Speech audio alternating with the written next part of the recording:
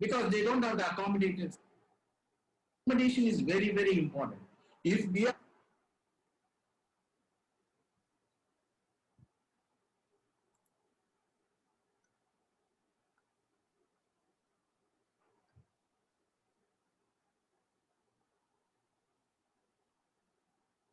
Bro அவங்க திருப்பி வேற ஏதோ லைவ் போயிட்டு இருக்காங்க bro.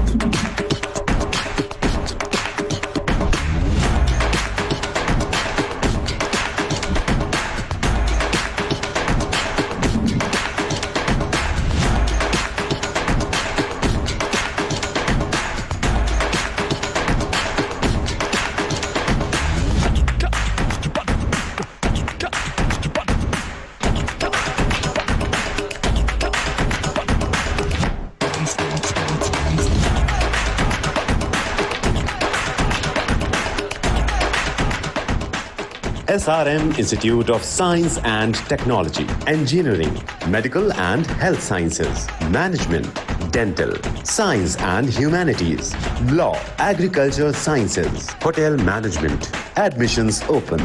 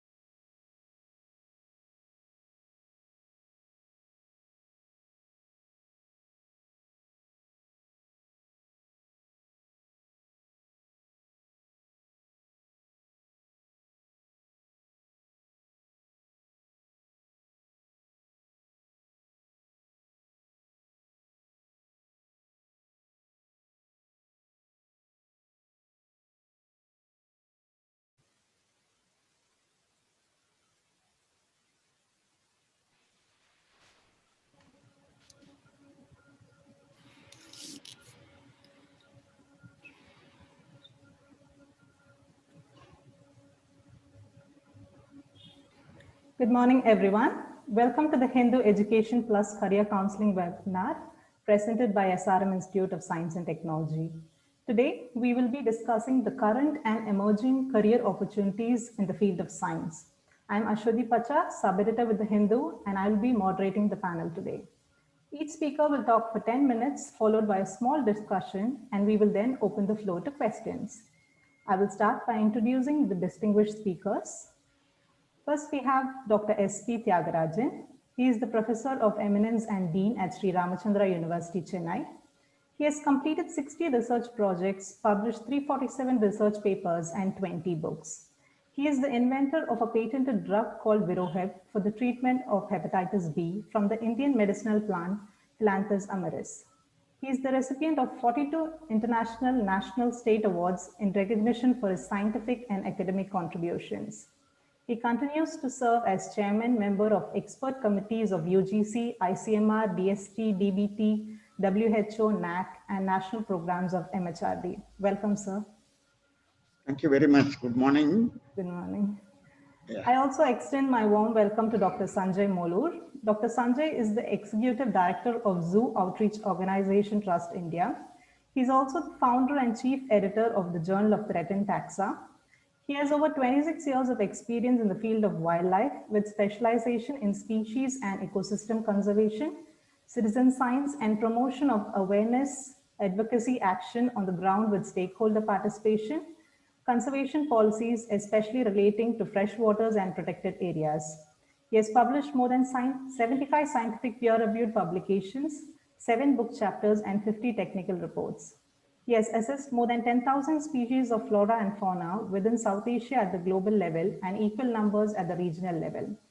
He has also established 2 citizen science projects with more than 250 participants contributing to data collection, policy, education, and research.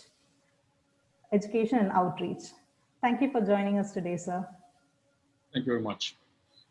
The final speaker for the day is Dr. D. John Tiruvadigal.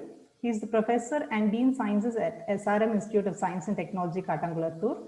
He heads the Nanotechnology Research Center, which is the flagship of the SRM IST, where world-class research in nanomaterials is being carried out. His area of expertise includes nanoelectronics and carbon nanostructures. He has authored or co-authored more than 50 research papers in refereed journals and conferences, and a good number of scholars are working under him for their PhD degree.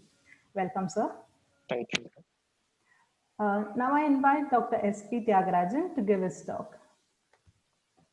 Can you permit me to share the screen, please? Yes, sir. Please, sir.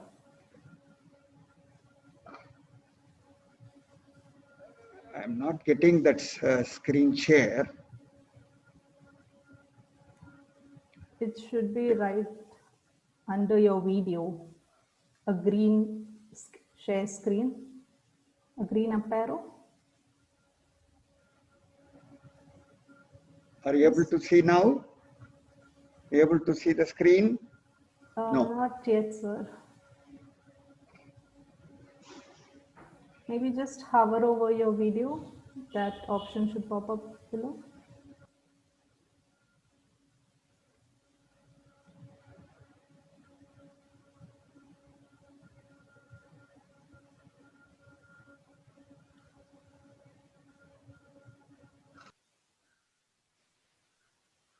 Okay, I think we've lost him. Technical team, can you try connecting him?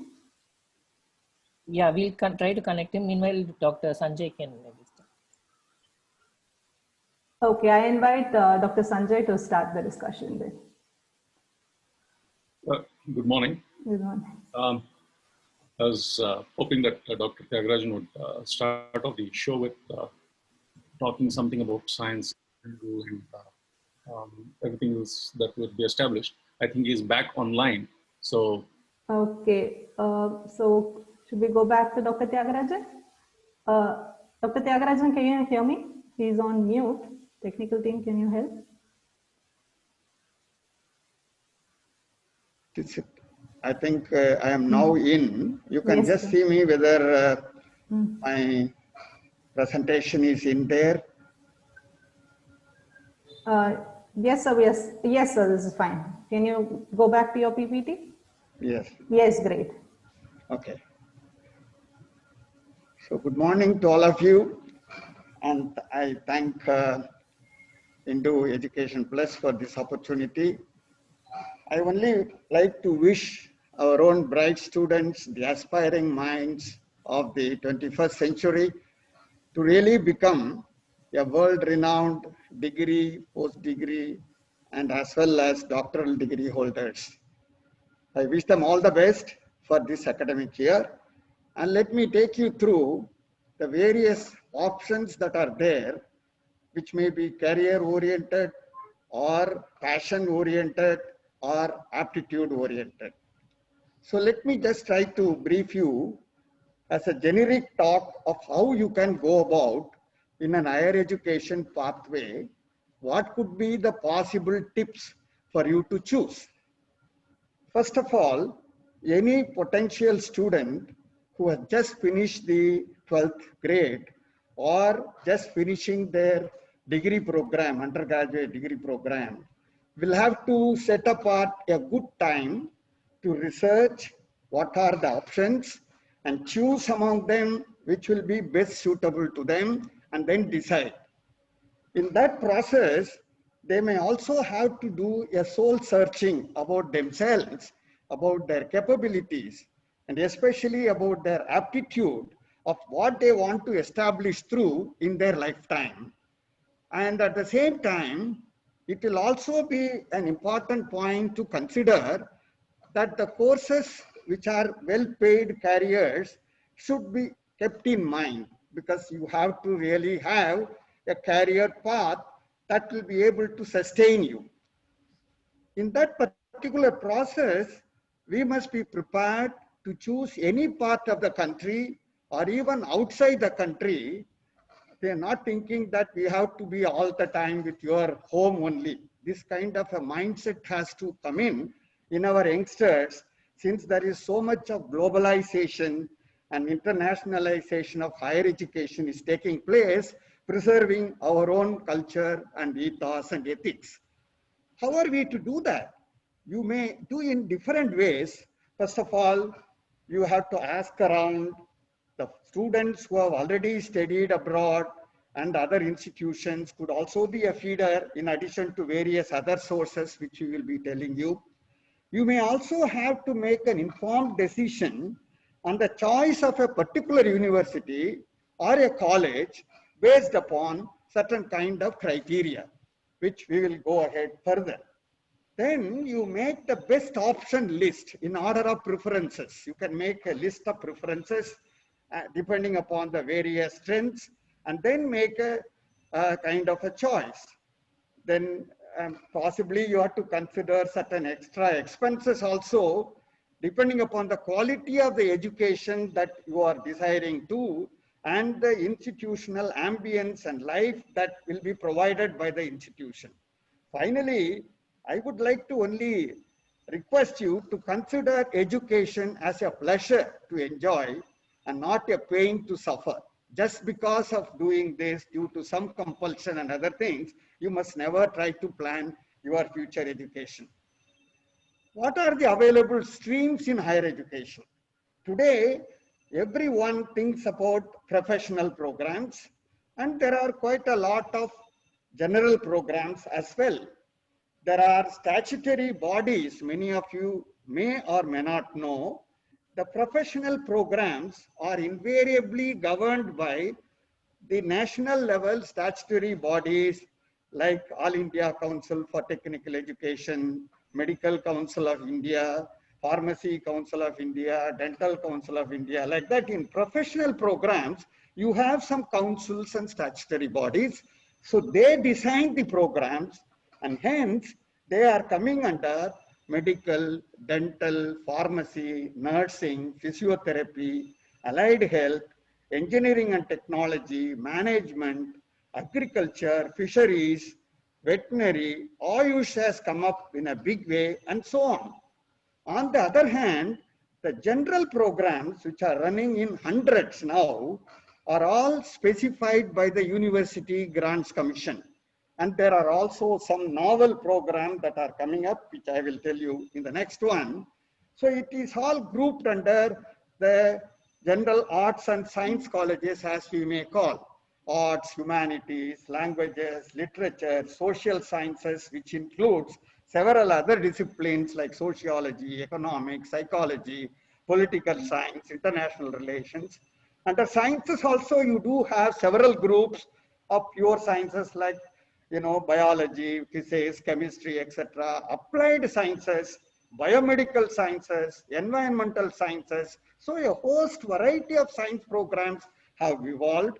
Mathematical sciences, including statistics, interdisciplinary science disciplines, religious sciences, health sciences, etc. So you have a host of kind of requirements that are there, and there are emerging streams have also come in both professional and general areas. That is where you have some innovative courses that have come. If you take medical and health sciences, you have sports medicine, sports sciences, clinical research, physician assistant courses, medical technologies, clinical pharmacy, and several others. So these are new emergence in the last couple of years, which are highly employable and rewarding for the students. The Ayush and yoga specializations have also become much more in demand today, thanks to the various international kind of appreciation for these branches. Engineering and technology has also taken a change in paradigm. Even AICTE have introduced these new programs on artificial intelligence, machine learning, cybercrime, IoT, robotics, virtual reality, data analytics, etc. Agricultural sciences, veterinary, fisheries have also gone in for specializations, and management has improved phenomenally, and you have a lot of interdisciplinary management disciplines. In general disciplines also, you have got enormous kind of hybrid kind of topics and specializations. If you take hospital management has become one more sought after one, clinical and medical psychology, medical sociology, and stem cell biology, molecular medicine, integrative health sciences, etc. So you may have all these informations available in the various websites of not only the statutory bodies, but also the respective institutions. So how are you going to select the institution? That is the next one. After having decided what kind of areas you would like to do, then you may have to choose a proper university or a college for admission. Some of you may like to go abroad, and some of them within India. What kind of a criteria that you look into? For foreign universities, there are definite pathways that are available. You can have authenticated information through the embassies which are available in Chennai or in any other capital cities. And then advisory bureaus are also there. And within that, you have definitely a lot of authenticated information coming about the universities through their own websites. And then there are professional admission consultants. What is more important that you have to look for is the accreditation of the university and the teaching courses. And then you look for the country level rank of that university, as well as the world university rank that the institution is able to get, either the Times Higher Education ranking or the QS ranking or World University ranking of Shanghai, etc., are to be looked into. If you can choose about within top 500 rank in the whole world, then your degree will be much more valid and rewarding. Of course, you have to look into the innovative programs, curricula, teacher strength in that institution, all that you will get into the website. Besides that, you look at the perception and feedback data on the website, as well as you can do a Google and then try to get those informations. When you come to Indian institution, of recent times, we have got very clear pathway also. You look at the accreditation grade of the university or the college. There is a National Assessment and Accreditation Council, which provides the accreditation for them. Only accredited institutions should be your first choice. Even among them, if they have got A grade accreditation, could be the better option. Then there is a national institutional ranking framework is there in the country. Then if you can choose an institution which is listed within the top 100 ranks among the universities or among the colleges, that would be another way that you can choose.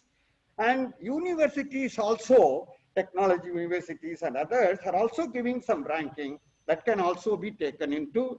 As I said, the websites of the university and the colleges should be able to give you some more additional information, but then you have to go into the department into which you are selected. You already listed out some priority areas of program that you want to do. You must look at the course curriculum, quality of that curriculum, quality of the teachers, etc., besides the perception data on the NIRF website.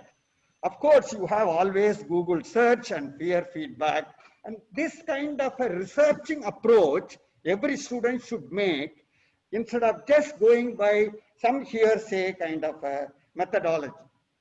But here only, you are the most fortunate group of students now for this academic year onwards, because the national education policy, which is going to be implemented from this current year onwards, will open out so much for you to improve upon and to have enormous flexibility as per the desire, aptitude, and requirement of all the students across the country, because students are beyond absolute autonomy. It is going to be a student-centric higher education today, and wherein you can do any course anywhere in the country, in any institution which is quality stamped, and that can be put into what is called an academic bank of credits. Whatever course that you do, a credit that is assigned to it, which will be put or deposited into your own account. There will be an academic account for you, like your financial account in the regular banks. You will be given an opportunity to create an academic credit bank. And then as it gets cumulatively added upon, that will be converted as a part of our degree program that you are doing. That system is coming, which will give you flexibility of multiple entry and multiple, anytime you enter, anytime you exist, and anywhere you can learn, and anytime you can learn, any level you can learn, whether it is diploma or a degree or a postgraduate program and so on. This kind of a flexibility system is coming in, because of which any student, wherever they get admitted, can go to any other institution across the country, do a course that is wanted. It is an international pattern that is already existing, which has not been permitted in our country. It has been so rigid so far. Now this flexibility has come. So what is this academic bank of credit? The academic bank of credit is an academic service provider as a digital, virtual, online entity established and managed by the Ministry of Education now, and also UGC, to facilitate all the students of higher education institution to become its academic account holders. So each one can have an academic account. And then you will have a distributed learning across the country, across the institution, so that student mobility becomes easier, and then they will be able to deposit their credits through the institution where they are doing the course, and that gets recognized by this ABC, and then it is accumulated. Then they transfer it as and when the student desires, and it can be redeemed as part of the degree program. If a degree program has got about 120 credits, if a student gets about 30 credits from different courses around other institutions, that will be added in lieu of unwanted courses that the student does not want to do into a regular program in a particular university. So this is Dr. Tyagarajan, can we wind up in 2 minutes? We are running a little short of time. This is my last presentation, just to tell the objectives of it, to promote the student centricity and learner friendly approaches in higher education in the country, so that it enables them to select the best courses or combination of courses, the best departments or institutions in the country, to choose in the pace of those students, to tailor their degrees, to have multiple entry, multiple exit, and integration across campuses, universities, autonomous colleges, and all that. Finally, it goes to facilitate lifelong learning. So let me wish all the students a happy degree achievement in future. Thank you very much. Thank you, sir. Thank you. I invite Dr. Sanjay to address the audience. Well, good morning. Good morning.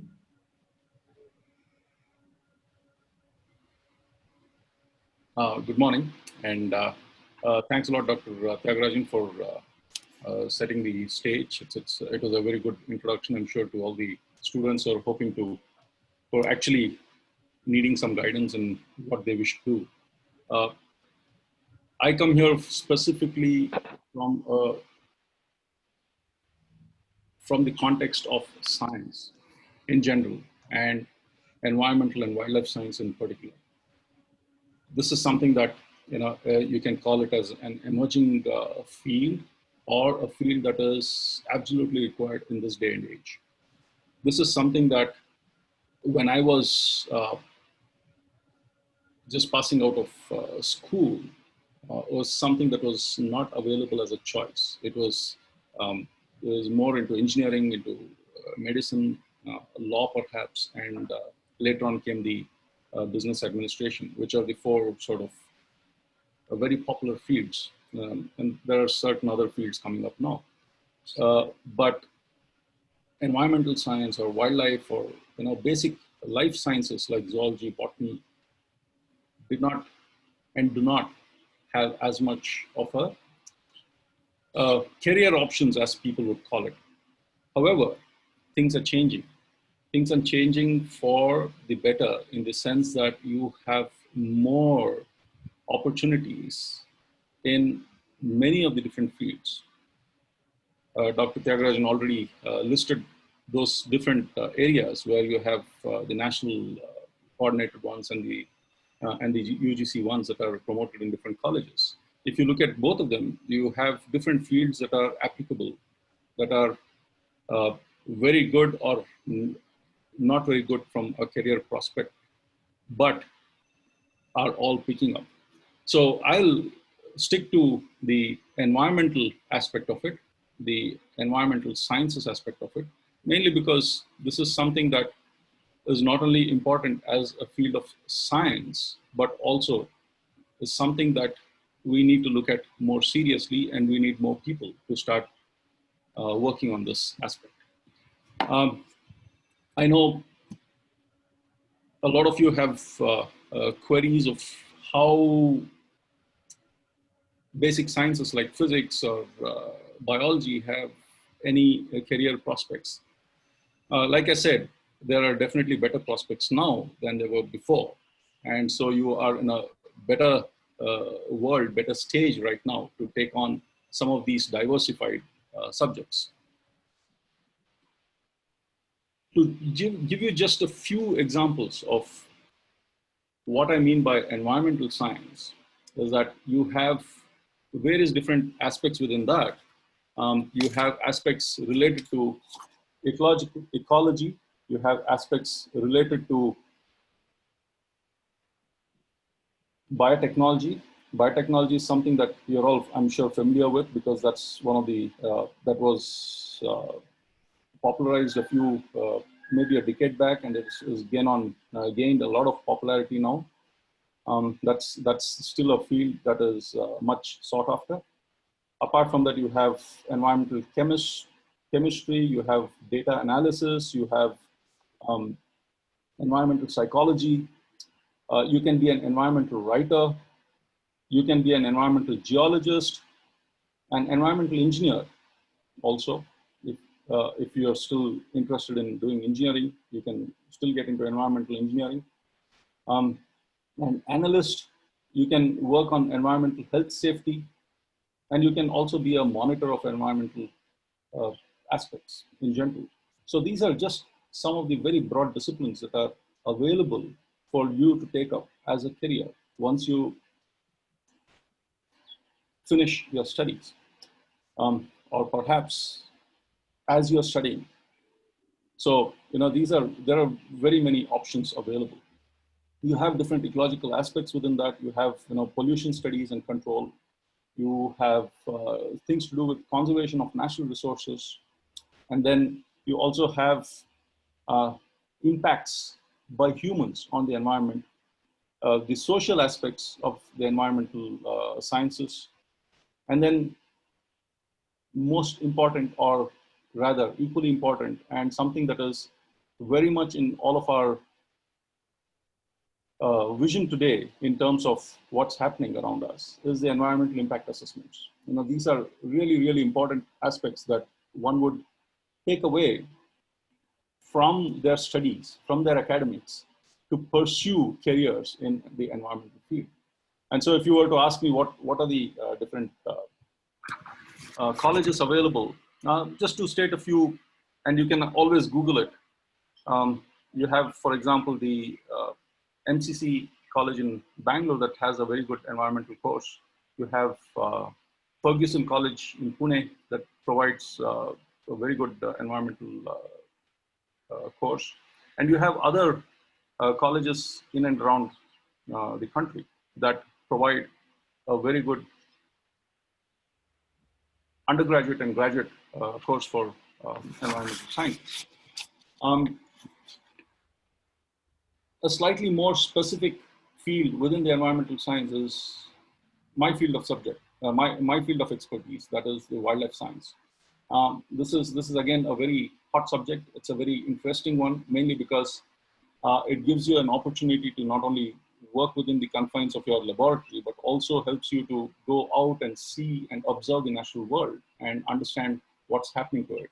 And basically, if you were to understand the natural world, we all work within the system. We are all part of the natural world, and we are not apart from the natural world.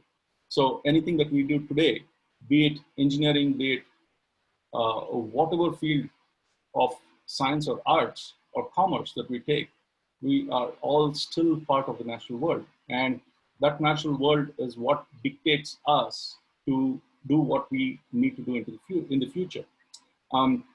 If we all work within the natural fields and follow the sciences, then we are less likely to get into troubles that we are experiencing today with respect to the climate crisis, or as you popularly know it as climate change, or even with the environmental impacts, or with various other aspects like global warming and related issues like pollution.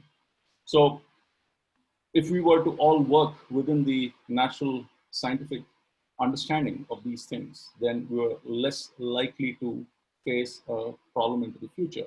And I say this into the future because you are the future. You are wanting to get into something that you would like to sustain for the longest of times. It's not just one generation or two. You would like to sustain it for a longer period. And you are the people who can create or effect a change that you can bring to the future and to yourselves. So within this field, there are various different, again, subject areas, just a few that I will list out. You have ecology, you have geophysics, you have forensic biology, a very interesting subject. I'm sure you all watch different kinds of TV shows on forensics. It's not only just solving murder mysteries, but also understanding various other aspects of biology, including wildlife. So you have forensic biology, you have genetics, you have geology, geochemistry, animal behavior, and psychology, which is growing and a much needed field. Anthropology, immunology, archaeology, atmospheric science, again, a growing field, which not only integrates anything to do with wildlife, but also to do with other sciences. A lot of these things are cut across different sciences. So when we talk about science, we always put science into silos of physics, chemistry, and biology. Of course, with maths being the language of the sciences. But what we fail to understand is that these sciences are not standalone silos. They are integrated. And we need to start bringing that integration back into effect. And this is the national education policy that is proposed, actually helps in bringing these, integrating some of these sciences, and that is very much required. With the kind of approach that a student can make, especially in institutes like the Indian Institute of Science or Indian Institute of Science Education and Research, where you can actually integrate a lot of different interests into your curriculum, into your credits, and pursue that as you wish. So a lot of these different newly emerging fields are possible to take up, and I encourage you to start looking at them and perhaps pursue into what you'd like to do from your undergraduate and then your graduate courses. So more in the same lines are biochemistry, biotechnology, which I already talked about. You have bioinformatics, data sciences, which is extremely important. Climatology, you have GIS, Geographic Information System, biophysics, biostatistics, and you have other subjects that are related to ecology and wildlife, like ichthyology, herpetology, ichthyology, study of fish, herpetology, study of reptiles and amphibians, mammalogy, study of mammals, parasitology, study of parasites, palynology, study of pollen grains and other botanical related aspects, and several other different fields. Again, I can go on listing these, but I wouldn't want to sort of overburden you with all these different things that are available. You can always Google them. You can always reach out to other people who are in the environmental sciences and wildlife sciences to ask if there are more opportunities. Yes, there are lots of opportunities now. 30 years back when I was studying, there were hardly any. And so I was literally asked to get into engineering, which I did not fortunately take up, but I took up basic sciences of chemistry, botany, and zoology. Did my undergraduate, then did zoology graduation, masters of zoology, and then did a PhD much later in zoology again. I've been a wildlife conservationist for the last 27 years. This is my career, and if you were to ask me if I'm doing any better or worse than other careers, hey, a career is what one individual takes along and wishes to do. So this is where the important thing is. No matter what education you have, no matter what course you take, if you do not have the drive, if you do not have the motivation, if you do not have the interest to follow it up, you will never get anywhere. If you have the interest, the motivation, the dedication, all that you can give to pursuing a career, no matter what you study, you can still excel in it. And you have a lot of examples. You have dropouts like Bill Gates and Mark Zuckerberg doing what they want to do and leading the world today. You have a lot of engineers who have given up engineering and done wildlife sciences and are leading examples of wildlifers. Dr. Ulas Karanth, for example, and a lot of other people who have taken up wildlife, having given up engineering to do what they want to do and excel in their field. So it's not that it's education and an academic goal or a pursuit is something that is thrust upon you by your family, by your friends, by your peer, by your society. It's what you are interested in doing and what you would like to pursue. I'll leave it at this for this presentation, and I'll come back to you if you have more questions later on. Thanks a lot. So we've been having a lot of questions. We'll pick it up at the end. Also, I'm sure students will go back and explore all these diverse areas that you mentioned. Thanks a lot, sir. I invite Dr. John Tiruvadigal to present.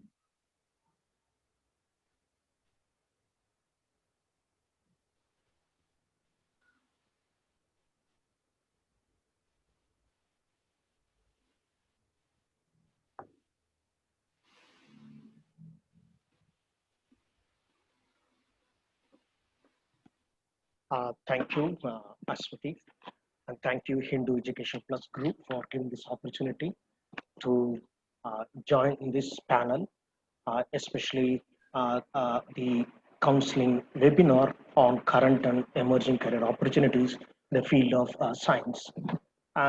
Let me just move on.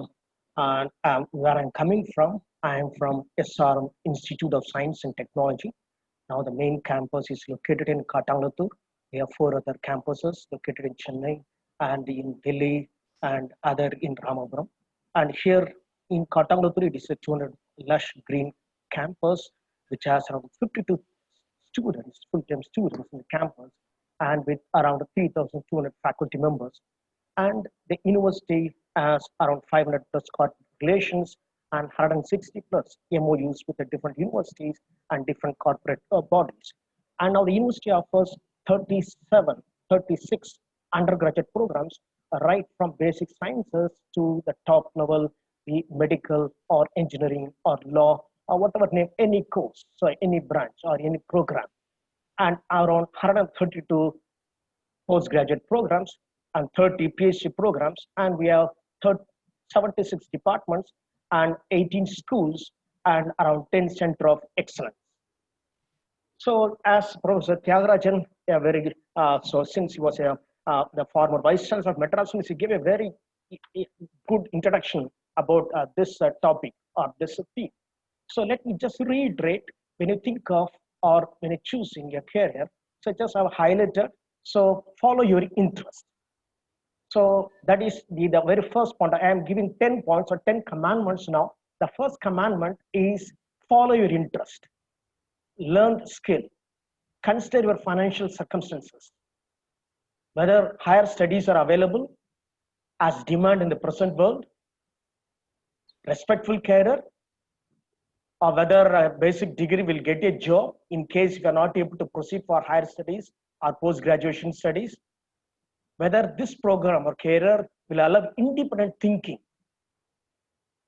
where you want after 5 years. See that education you pursue or choose, that will make you there or lead you there in the next 5 years. With this just basic guide information or guidelines for information, let me just move on to the basic, what is actually the science. So now there is just the definition, the nomenclature I want to introduce, because as you know, the audience right from 9th standard to 12th standard students, are very young students. So now I want to give the difference. What is engineering or what is technology or what is a science? Now basic science, basically, in short, science means seeking knowledge. Engineering is application of this scientific knowledge to a specific problem or to a specific application. Now, what is technology? It is to create products or application that solve problems and hence to improve the human life. So now the 3 pillars, so the knowledge, science, application, engineering, then summing up and applying this to a specific need or solution, we'll call this as a technology. So thus we cannot separate science now, or we cannot give less importance to science now. So science is equally important to engineering and technology.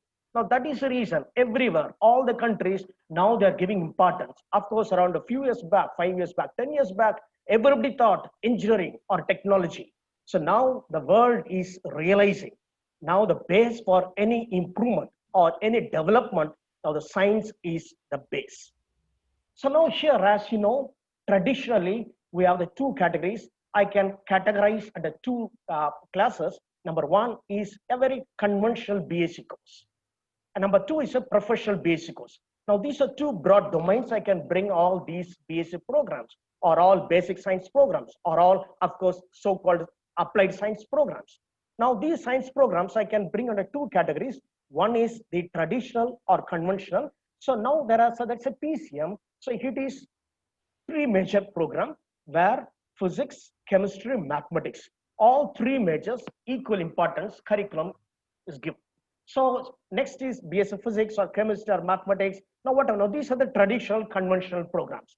Now the professional programs or applied science programs, for example, BSc agriculture or BSc aviation or BSc biotechnology or BSc computer science or BSc forensic science or BSc forestry. Now these are the applied sciences. So now here I can categorize the science programs under 2 heads. One is a traditional or basic, or I can say the conventional science programs. Another is a professional or applied programs. Whatever the science program you are choosing, now here the very broad blueprint I'm giving here. Now this is an entry level.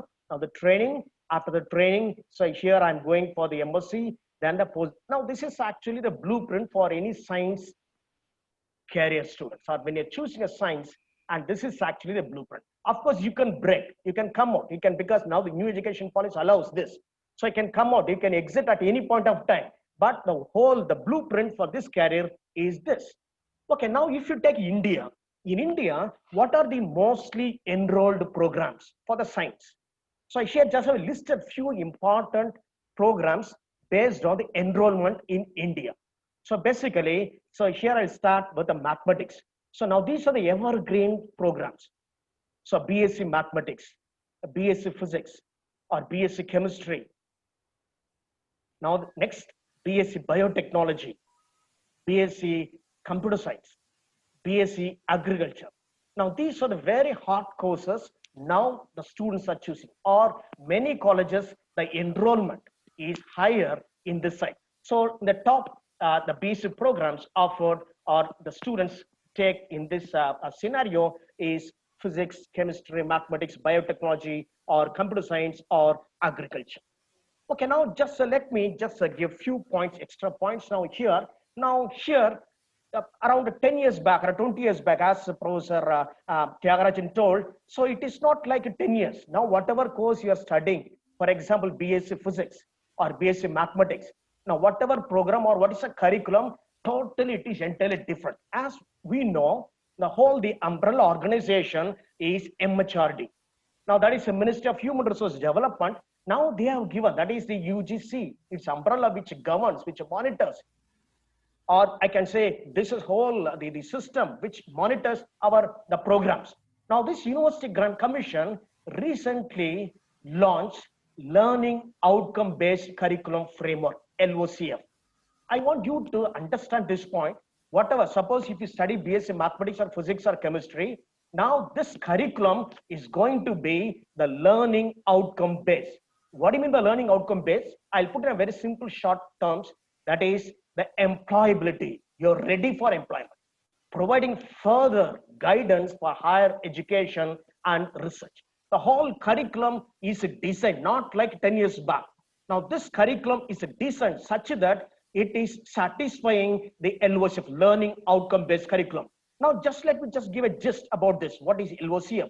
In addition to core courses, basic physics courses, for example, take a physics. In addition core courses, now I can say 30% or 40% of the curriculum, you are going to study the skill-based courses or your ability-enhanced courses. Now, particularly now this new regulation gives the life skill courses or Jeevan Kaushal courses.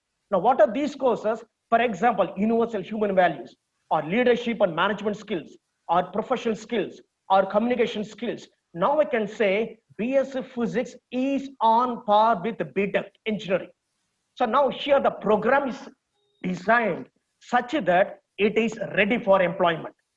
It is ready for higher education, or it's ready for research. Now just let me, because knowing this, now this DST, Department of Science and Technology, let me take 2 minutes, because you will understand, you will appreciate the science courses or science programs in India. Now this knowing or realizing the importance of the basic science programs in India, Department of Science and Technology, Government of India has originated a very innovative program called INSPIRE. That's Innovative in Science Pursuit for Inspired Research. Now I want to, because you are right from 9th standard, because right now this program right from the 6th standard, now the government is encouraging the young bright minds to get attracted towards these science programs right from 6th standard. Now let me just put in a very simple 2 minutes, 1 minute time I can rush up. So we'll have the INSPIRE Awards, then INSPIRE Internship, INSPIRE Scholarship, INSPIRE Fellowship, then the faculty, right from around 6th standard to the PDM, till he settles down. The whole, the government, now just I'll put in a very simple way. What is actually the first program? So it is INSPIRE Scholarship, that is 5,000 rupees is given to the student, right from the 6th standard to class 10. So this is one program initiated by DST, Department of Science and Technology, Government of India, to encourage the students to pursue the science. Now the next is the Inspire internship. Now around 50,000 students are selected in the 11th standard to undergo this internship or summer science camps in a very, very renowned institutes or laboratories. Now this is a second level of the encouragement given by the Government of India. So one is a scholarship, next is a summer internship. Now the student is completing 12th standard. So now here, the next is a very beautiful, the encouragement given by the DST is the SHE. That is a scholarship for higher education. Please believe me, it is 80,000 rupees per year for 5 years. Now here, this is a government program, government scholarship for the science students. So though if you take a science as your career, if you choose BSc, for example, you will be getting 80,000 per year till you complete your program. Of course, the eligibility is a top 1% of your class 12 examination. So JE top 10,000 ranks, or you should be of KVFI or your national NTSC or your Olympiad or JBNTC scholars. Now these are the programs supported by DS now. The physics, chemistry, mathematics, biology, statistics, geology, astrophysics. So here electronics, botany, zoology, biochemistry, anthropology, microbiology, geophysics, geochemistry, atmospheric science, oceanic. So around these programs, 18 branches or programs are selected or identified by the Government of India to help to fund the students to take their career in these areas. Okay, now the next level is next AORC, Assured Opportunity. This is Inspire Fellowship. Now he's finishing his MSc program. After finishing his MSc program, he is getting around 40,000, 50,000 per month as a fellowship to do the research. Now he's finishing his research, PhD. Now he's getting around 50 lakhs as a grant, as a seed grant for his research. So that is the Inspire Faculty Scheme. So now these are the different schemes available by the government or given by the government to inspire, to motivate the students to take science. You know the importance of the science now. Now let me just give, let me rush up now. So Nobel laureate Carl Beeman, so he told that many science educators have suspected that is early induction of undergraduate to the process of doing real science have educational benefit. That is, he told that really learning really happens when you have something to do. So that is actually, now with this motto, so now SRM, Institute of Science and Technology, we formulated a scheme known as Early Research Initiative. Suppose you take a course, BSc Physics or BSc Chemistry or BSc Biotechnology in SRM IST, a very unique feature I want to introduce, that is Early Research Initiative, where right from the first year, you will be integrated with your high-end research laboratories. A researcher will be integrated. So he will be your mentor. So thus, at the end of the course, you will not be distracted. You will not be simply a basic graduate. You will be a very productive candidate. You will come out from the university. Thus, a responsible R&D base we can create for this Mother India. So now just with this early research, now let me just give you examples so that just I'll rush up some notable projects given by the students in the SRM. One is SRM satellite.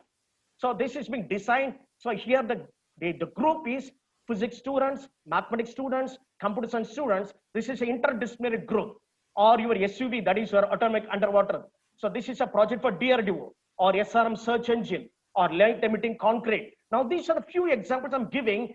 These are the testimonies, or this gives a power or how, suppose if young minds are groomed properly, this is a miracle we can get. For example, I want to show, for example, if you take a BSc Physics in SRM IST, now just I'm showing MSc, so he's from France, now she's doing Kirtana and Deepthi from right. So now here Surya Langovan, so he's from MSc, so he's doing in NCT University, and one candidate, Shakila, she's a PhD scholar, Department of Physics Explorer. So such a bright flying colors. Now this is for the mathematics, MTech in Australia, that is MSc students.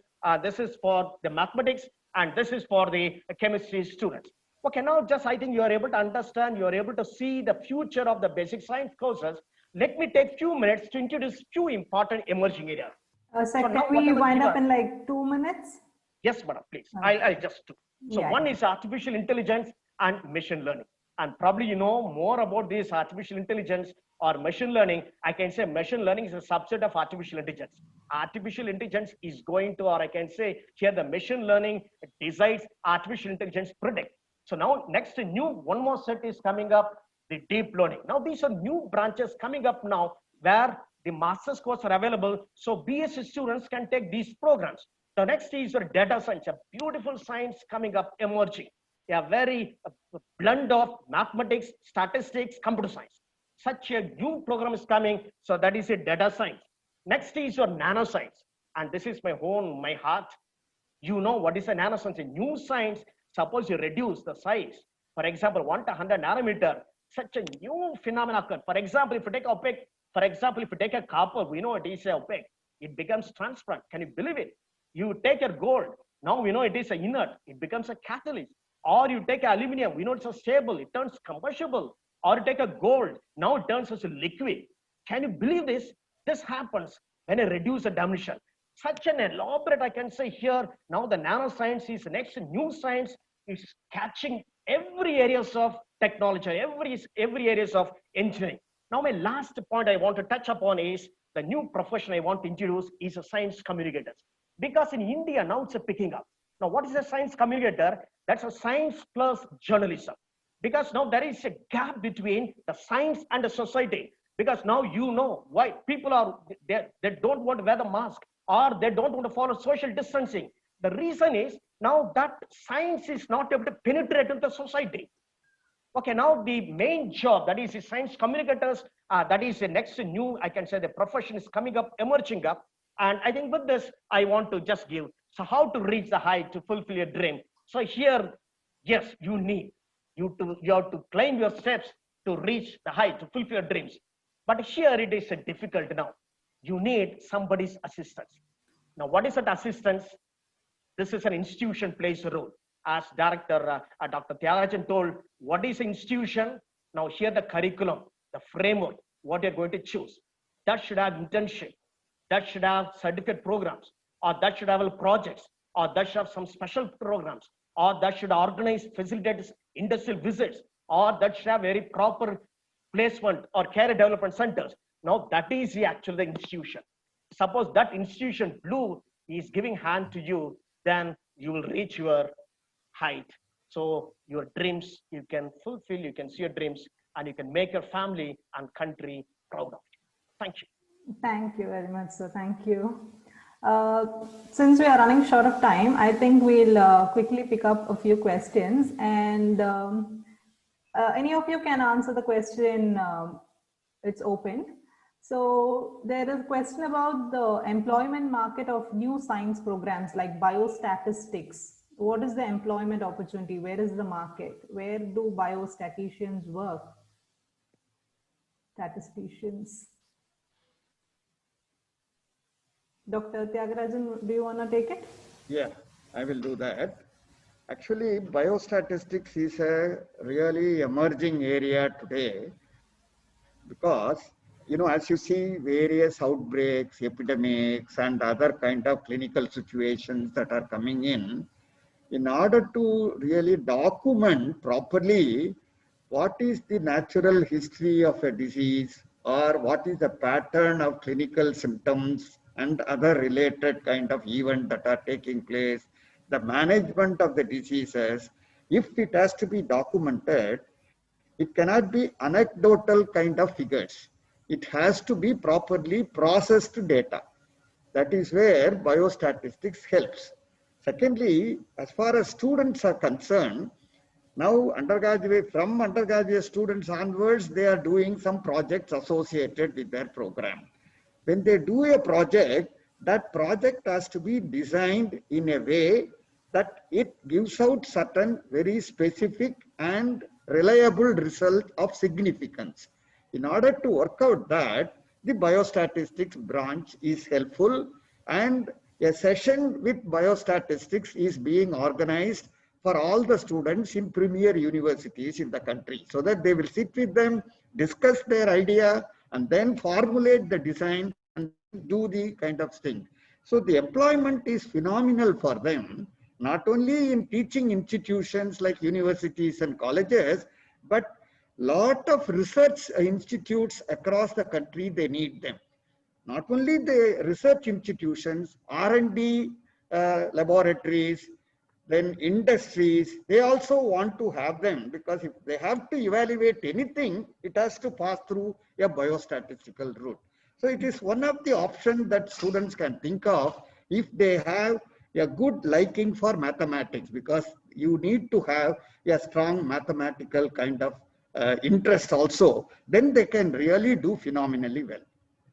Okay, thanks, Rasa. Dr. John, just a question to you. So this student has asked, what are the opportunities in biotechnology field? Yes, so biotechnology, just I want to give an example of the program, what we're offering here. So here we're offering BSc Biotechnology. As an example, so now here we are designing our own kit for the sensing.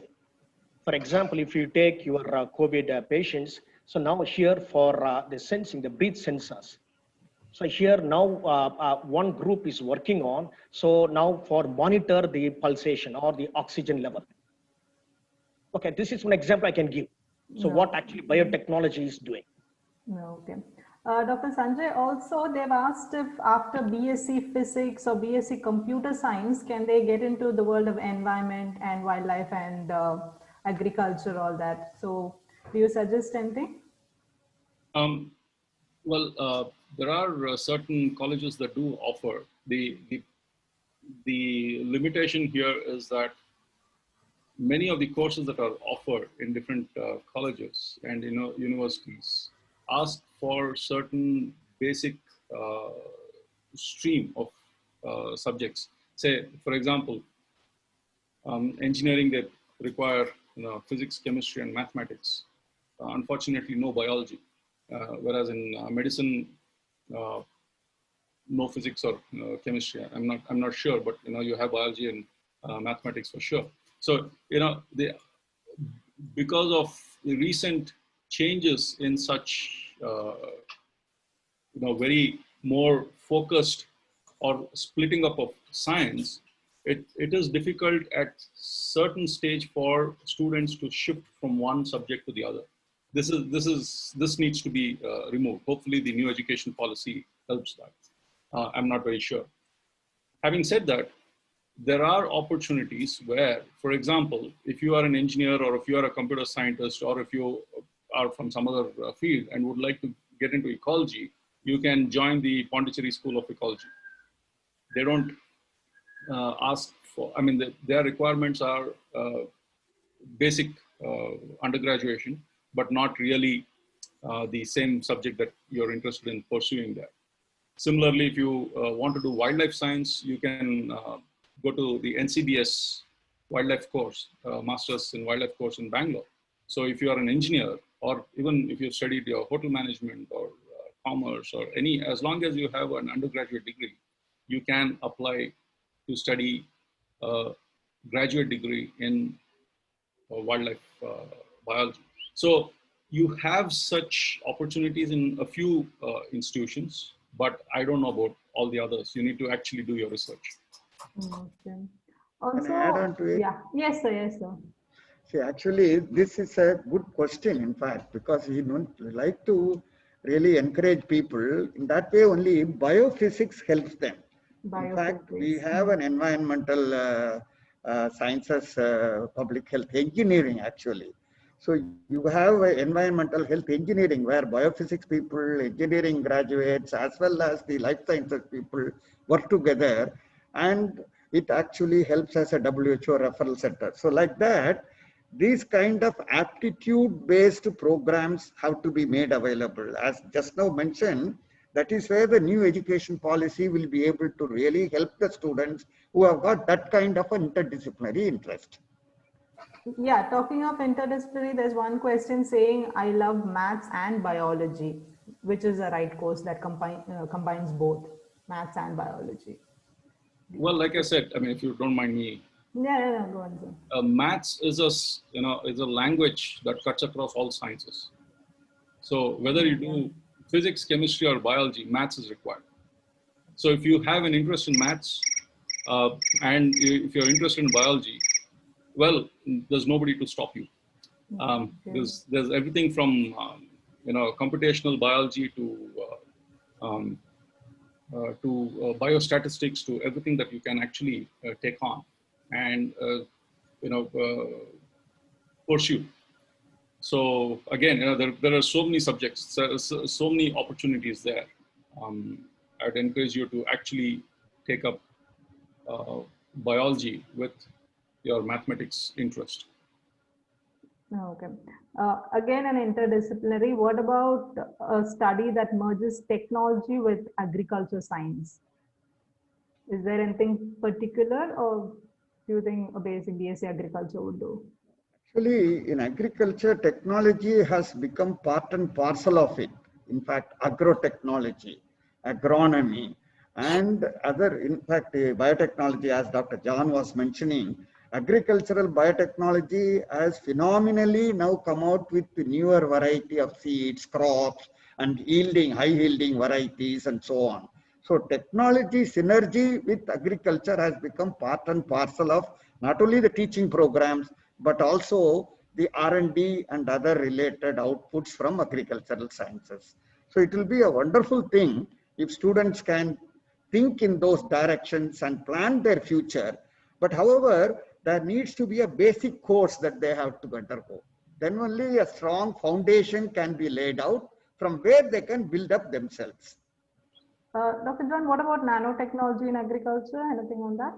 Yes, madam. So as you know that nanotechnology is having its footprint in all areas, all sciences. Okay. Also, there is an engineer who says he wants to quit engineering, and he's saying that engineers are not getting jobs these days. So he's asking, is it good to study engineering, or should I quit and look at something else?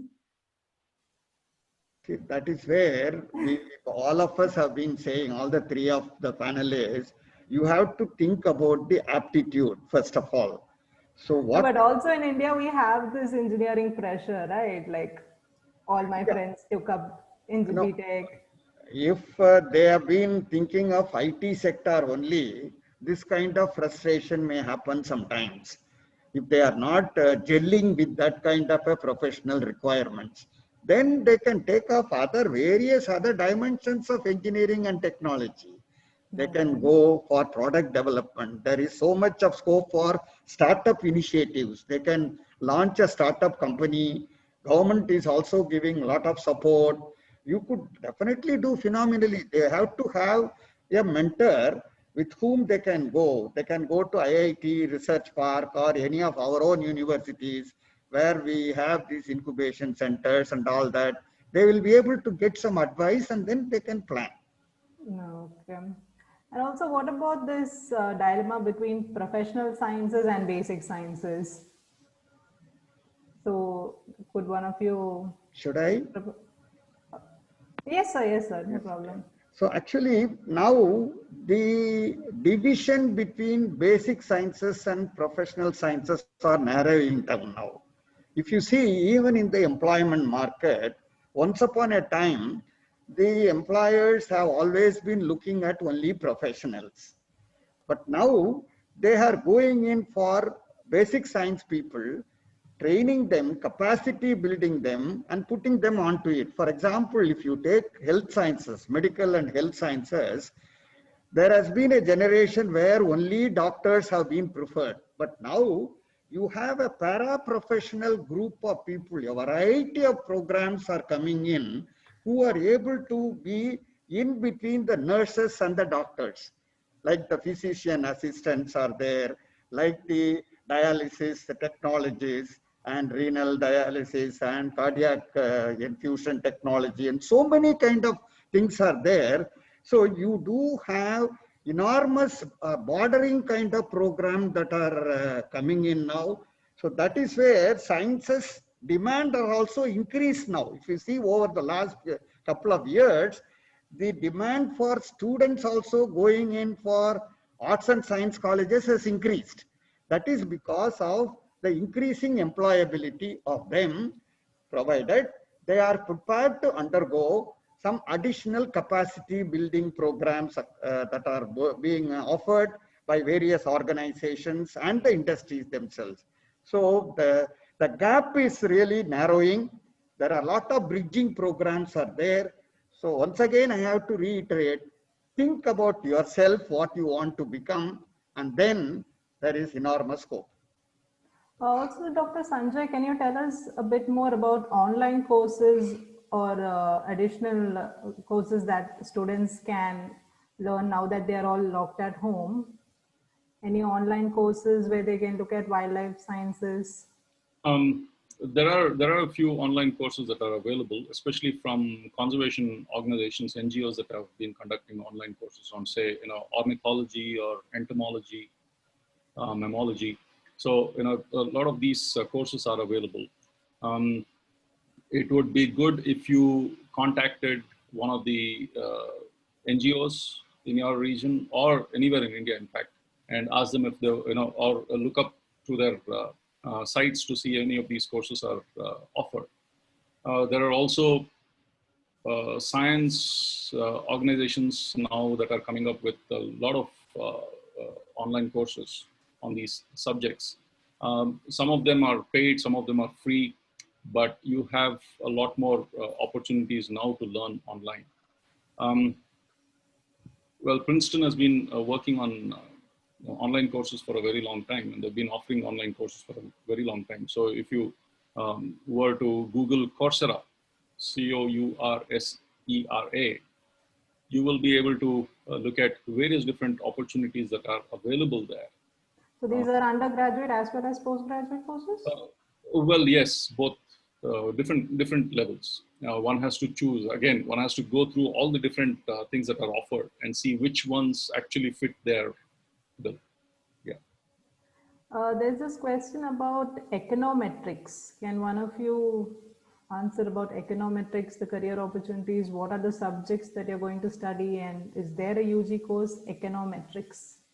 Yes, actually econometrics has been a postgraduate program in Madras University. We are having one department of econometrics itself. It is in fact an interdisciplinary kind of an area with statistics and economics put together, and that has got several problem solving approaches related areas. A little bit of actuarial sciences is also included in that. So it is really an interdisciplinary area, very attractive area, which people with aptitude for mathematics, statistics, along with arts subjects like economics, they will find it very interesting and rewarding. Okay. Also, there are a lot of questions about data science, AI. So, Dr. John, can you brief a bit about that? Presently now, this data science or artificial intelligence or machine learning or deep learning. So here it is now offered as a postgraduate programs. Okay, so what would be their UG requirements? Yes, so UG now, so if you take a data science, so MSc mathematics, so can take, MSc physics can take. Okay, so you mean BSc physics can take MSc? Yes. Okay. Yes. So now the graduates of physics or mathematics or computer science, so can take these postgraduate programs. Okay. So now there are several diploma programs are available online, as well as several agencies are offering, even TCC is offering. So now this we can acquire at any point of time. Okay. What about the job prospectus? Yes, as I told by the Forbes list by 2021, so that will be the topmost emerging job provider. Data science? Data science. Oh, okay. So now the data science, now data analytics, data science or data scientist or data engineer or data manager. Now these are the different subsets of this domain. Okay. Also, with the COVID, are we having new career options that has opened up because of this pandemic? Has there been a change in focus? Are people preferring to look at pharmacy and all those things as an option? Or is it, do you think that these will be hot topics now? Pharmacy is an evergreen subject. Okay. So it has its own market, it has its own community. Okay. What about wildlife officers, sir, Dr. Sanjay? Yeah, I mean, again, you have various different opportunities there.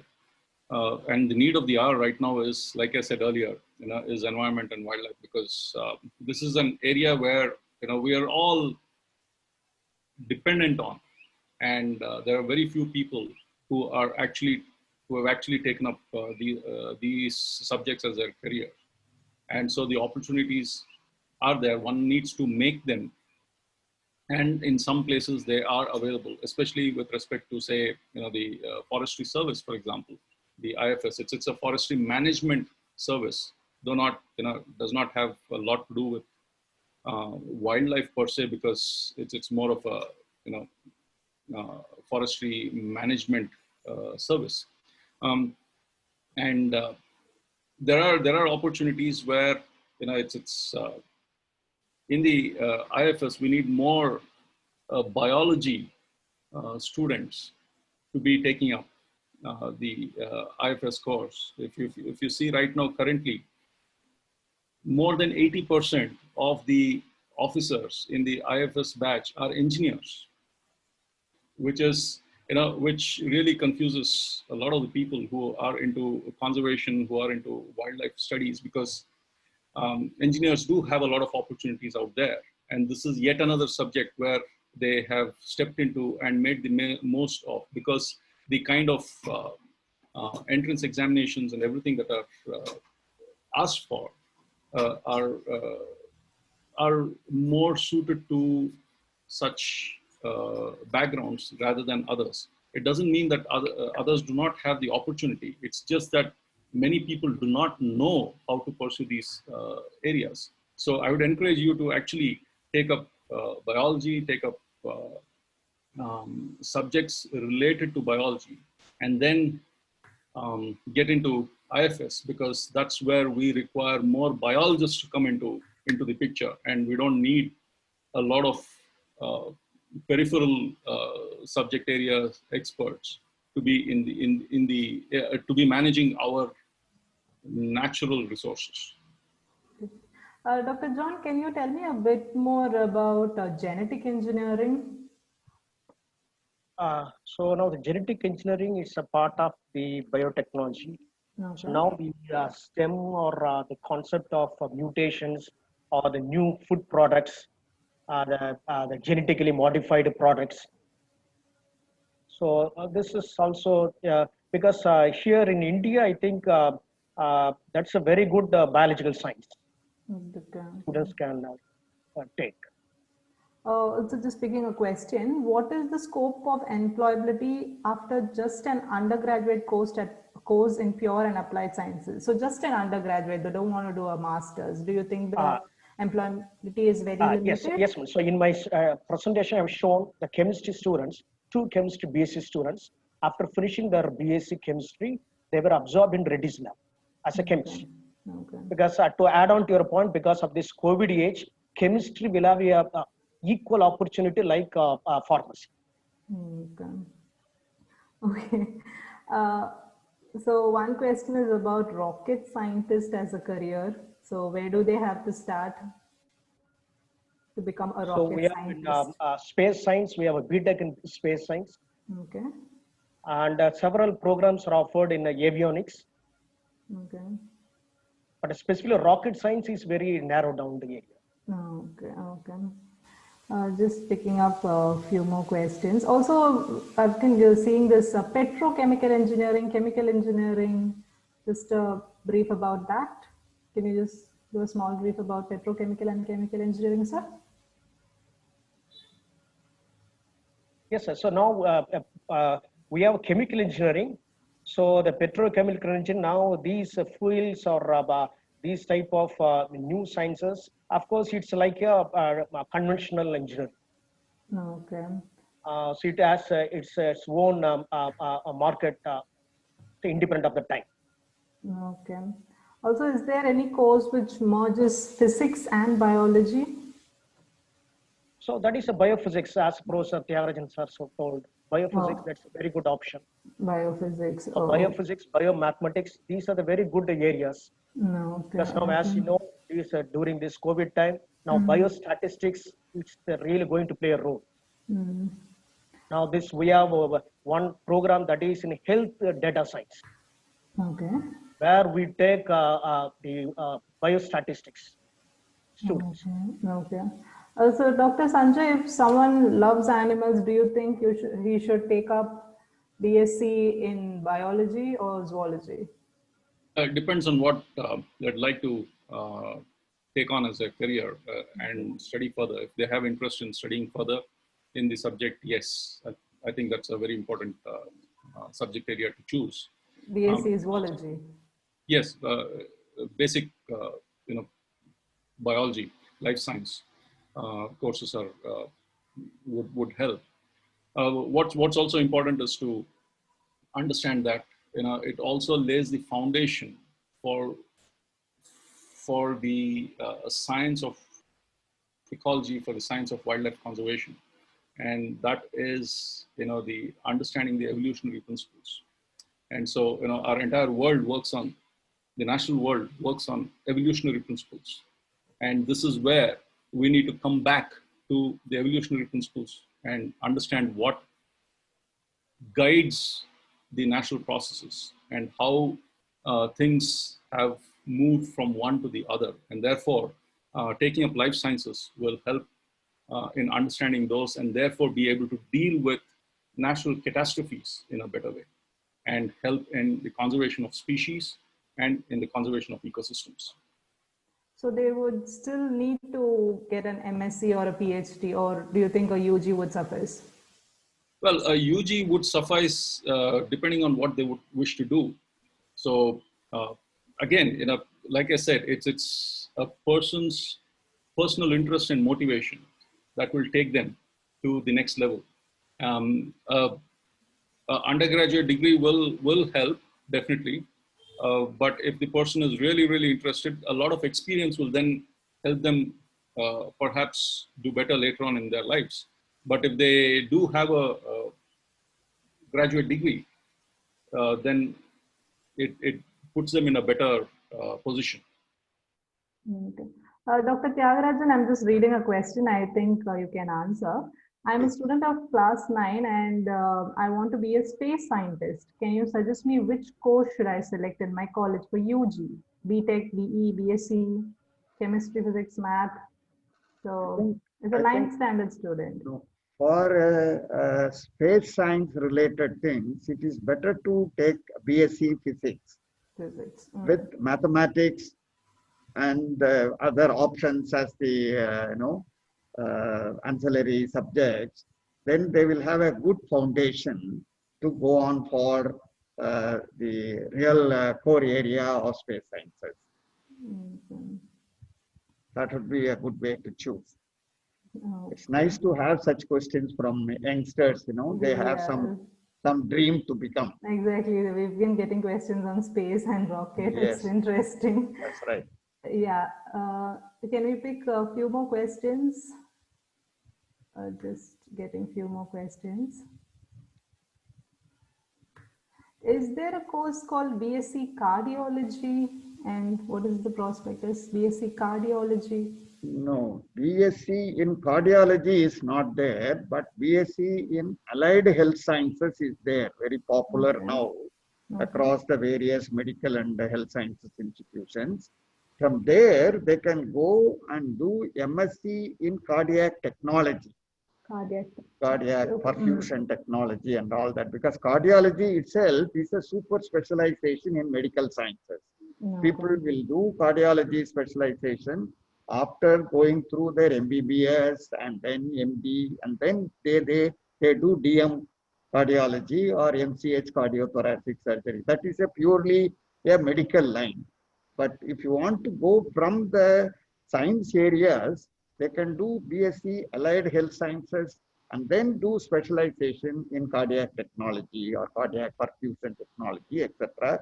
So that they will be in the group of cardiologists to do whatever kind of studies or patient care and other related support services. Okay. Also, Dr. Sanjay, I think we have some Bear Grylls fans. So the question is, I would like to travel and study animal interaction and wildlife. So what should that person study?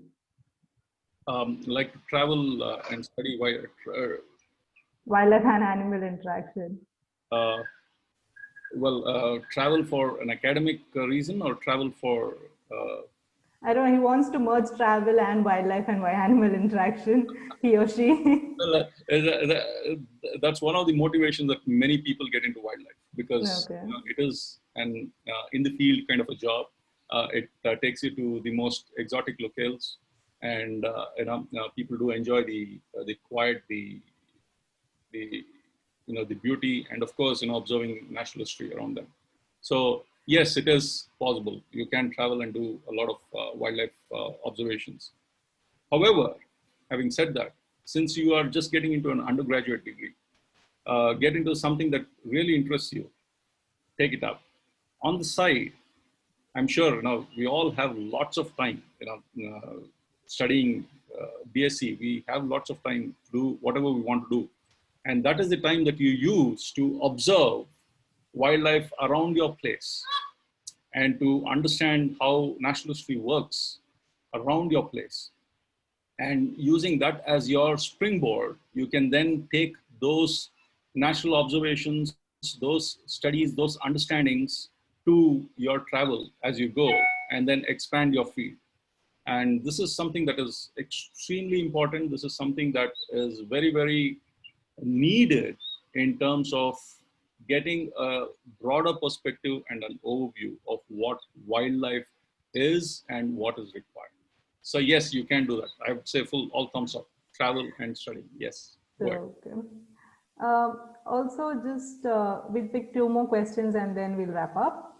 So what are the job options after BSc Mathematics, just BSc Mathematics? Dr. John, do you, oh, okay. So just after, as I told, the blueprint, if you take science as a career, the best option is do post-graduation, then end up with your research. That is a very good option. But if you want to come out from the stream, so we'll have some other skill sets you have to learn, you have to learn. Now, for example, if you have some coding, if you are certification, so then you will be absorbed in IT-related jobs. Or suppose we have a skill set in instrumentation, so then R&Ds or in the design part, you'll be absorbed as technician. Also, one very specific question, sir. After applying for NEET, if I don't get into MBBS, are there other medical scopes? What would you suggest? A medical field. Okay, so Dr. Tyagarajan is the right person, but okay. Okay, yes, disappear. So now, as the next option is the other programs, for example, paramedical courses. Okay. Now we have good number of paramedical courses available. Okay. Also, one more thing, is there any entrance exam like NEET JEE for agriculture information technology? What's the way to get into agriculture information technology? Or is it agriculture and information technology? I'm not able to get it. Anything? So for agriculture, we have a separate entrance examination.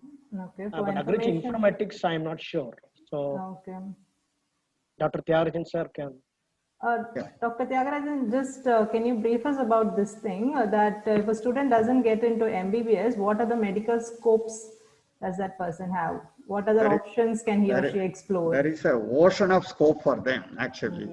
Because they should not get, disheartened that they don't get MBBS. If they are seriously interested in healthcare related kind of things, they can, as I said, you have in pharmacy itself, you have branches which are to work with patients, like, you Form D program, pharmacy practice program, which is actually placed inside the hospital services itself.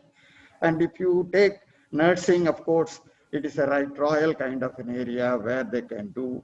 And then physiotherapy is there, where they will be very much there as an associated support service related things.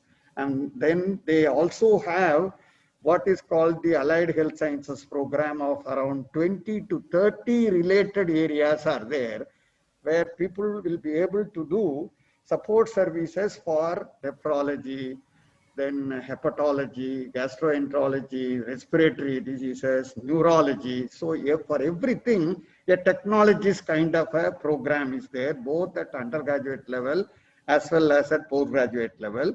So they can do and come up in the ladder like that. So you have a lot of programs are there. They can definitely go through that program. Only thing is, if they want to really do only MBBS and then become a hardcore physician or a surgeon, then they have to pass through the steps that are required, like, NEET examination, scoring and ranking and all that has to be done. Okay. Okay. Thanks a lot, sir. I also thank all three panelists for addressing all the wide range of questions. The questions were really interesting. I hope the students were happy and we were able to do justice to all your questions. So I just want to thank everyone. This was a wonderful session and we discussed a wide range of topics. Also, it was very important at this time that we get in and clear all their doubts about sciences, especially the new and emerging career opportunities in science. I hope it was a useful session. Thank you very much. Have a great weekend. Thank you. Thank you all. Thank you. I am happy that I could meet all of you. Thank you very much. Thank you, sir. Thank you. Thank you all.